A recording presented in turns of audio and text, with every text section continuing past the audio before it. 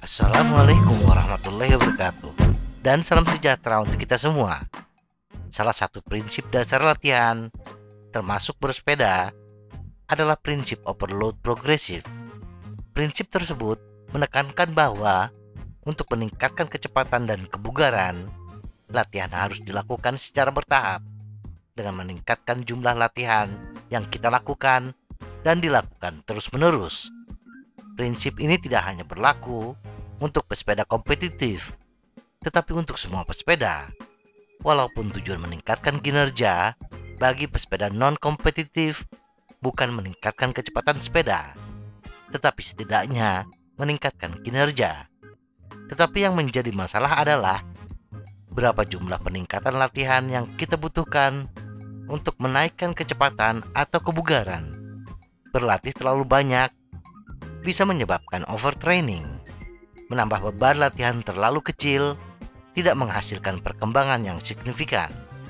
Untuk mendapatkan peningkatan kebugaran yang konsisten, kita perlu berlatih sedikit di luar batas kita, yang dikenal sebagai functional overreaching.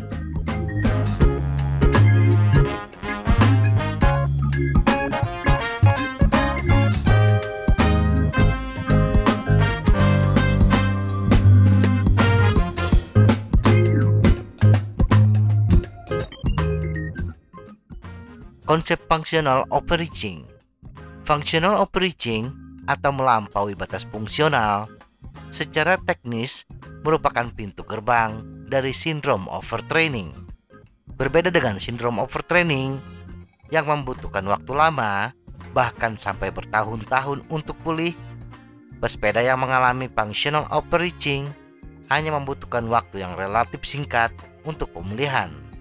Functional overreaching didefinisikan sebagai penurunan kinerja jangka pendek dari beberapa hari hingga minggu.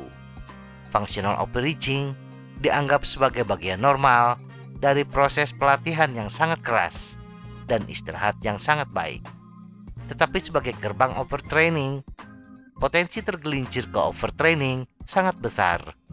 Untuk menjaga agar kita tidak tergelincir ke overtraining, kita harus mengetahui batasan diri kita sendiri. Batasan overreaching. Bagian tersulit dari overreaching adalah menentukan seberapa jauh beban latihan yang harus kita tambahkan agar tetap di wilayah overreach tetapi tidak overtrain, dan seberapa sering kita dapat menangani jumlah pelatihan ini. Sebagian dari jawabannya terletak pada kinerja bersepeda kita ketika berkompetisi. Capaian angka kekuatan kita dari perlombaan atau pelatihan akan menunjukkan dengan tepat jika peningkatan kekuatan dan kecepatan telah terjadi. Tidak ada aturan yang ditetapkan tentang cara melampaui batas. Kita butuh mendorong batas-batas fisik dengan intensitas dan durasi. Mengetahui kapan kita telah mencapai batas-batas itu, dan kemudian mengetahui bagaimana cara memulihkannya serta kapan kita sepenuhnya pulih. Berikut ini adalah beberapa skenario yang mungkin kita temui saat mempelajari cara melakukan overreach. Jika kita benar-benar overreaching dan pulih dengan benar, kita akan melihat peningkatan kecepatan, daya tahan, dan atau kekuatan. Biasanya dalam 1 hingga 2 minggu. Jika kita tidak melihat peningkatan kebugaran setelah beberapa minggu, tetapi kita mempertahankan kekuatan dan kecepatan yang sama, maka kita mungkin tidak overreaching. Jika kita mengalami tingkat kelelahan yang lebih tinggi selama lebih dari 2 minggu bersama dengan kekuatan dan kecepatan di bawah standar, maka kita mungkin telah overreaching terlalu jauh atau overtraining. Mengetahui saat kita sudah berlebihan. Jika seorang atlet terus berlatih dengan intensitas dan volume yang lebih besar saat dalam keadaan overreaching non-fungsional dapat terjadi, membutuhkan lebih banyak minggu atau bulan untuk pemulihan penuh. Jadi, penting untuk mengetahui kapan kita mencapai batas fisik kita. Pengerahan tenaga yang dirasakan lebih tinggi dikombinasikan dengan output daya yang lebih rendah dan detak jantung yang tidak merespon adalah tanda-tanda kita overreaching. Meskipun penurunan performa dan kekuatan dapat terjadi, hal itu tidak selalu terjadi, terutama bagi atlet yang sangat terlatih, yang dapat mempertahankan output daya tinggi di akhir periode pelatihan. Seiring dengan kinerja dan pengarahan tenaga yang dirasakan, penting juga untuk mempelajari keadaan mental atau suasana hati kita. Mudah marah, kurang fokus, dan kurang motivasi adalah tanda-tanda kita overtraining. Pemulihan.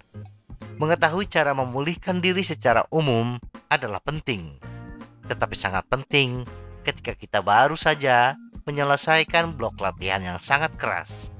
Pengurangan volume dan intensitas latihan harus dilakukan setidaknya selama seminggu atau lebih jika kita masih mengalami kelelahan mental dan fisik yang lebih besar.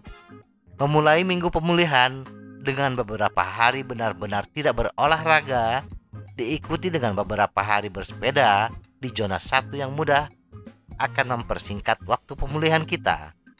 Total jam untuk 1 minggu pemulihan harus berada dalam kisaran 50% dari rata-rata jam pelatihan mingguan kita, atau kurang jika diperlukan. Jika seorang atlet pulih dengan cepat, maka biasanya motivasi, perasaan yang baik, dan kaki yang kuat kembali muncul pada akhir pekan minggu pemulihan. Bahkan dengan perasaan yang baik, detak jantung yang merespon, dan output daya yang baik. Waktu yang tepat. Pengaturan waktu sangat penting saat menggunakan overreaching dalam pelatihan.